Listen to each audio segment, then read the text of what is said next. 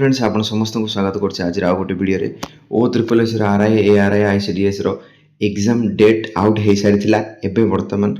Admit card रो link activate हे जाईची आपण माने जाई कि एडमिट कार्ड रो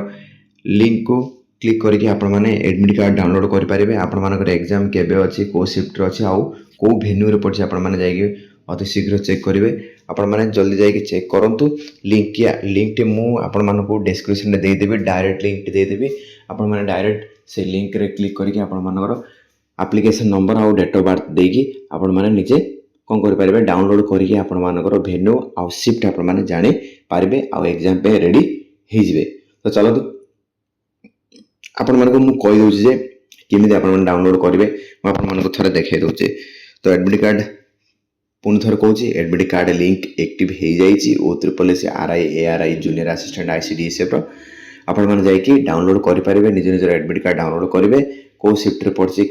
आपण मानकर को डेट रे एग्जाम अछि आ वेन्यू कोन आपण माने चेक करि पारिबे। तो केमिति आपण माने डाउनलोड करिवे केमिति चेक करिवे म आपण मानको ए वीडियो रे कहि दोछि। तो देखंतु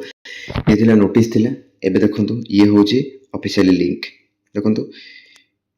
एडमिट कार्ड रो लिंक एक्टिव हे जाईछि। देखंतु एडमिट कार्ड रो म आपण मानको ऑफिशियली साइड रे वर्तमान अछि देखंतु ये होछ ऑफिशियली साइड आपण मानको देखौछि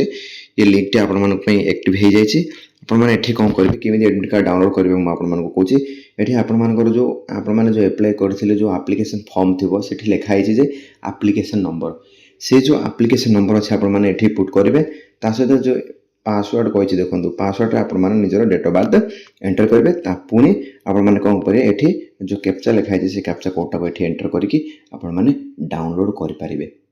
बुझिले। आपण मानको एडमिट कार्ड रो डायरेक्ट लिंक टी आपण मानको मु डिस्क्रिप्शन रे दे देबी आपण माने क्वाड खोजबा आवश्यक नै क्वाड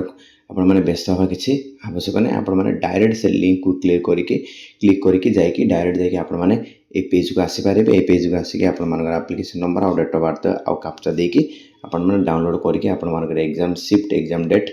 देखि पारिबे आ समस्तंकर जेति कि फॉर्म एक्सेप्ट हेछि समस्तंकर एडमिट कार्ड आसी जाइछि। ओके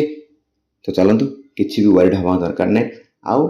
टेक्निकल ग्लिच कि कोन जदि आपण मानको फेस करूछन ताले मते कहबे एबे जे किछि भी हेनी सब स्मूथली आ भलो भाबरे डाउनलोड होउछि। तो ये थिला आपण मानको पे छोटे इन्फॉर्मेशन। धन्यवाद।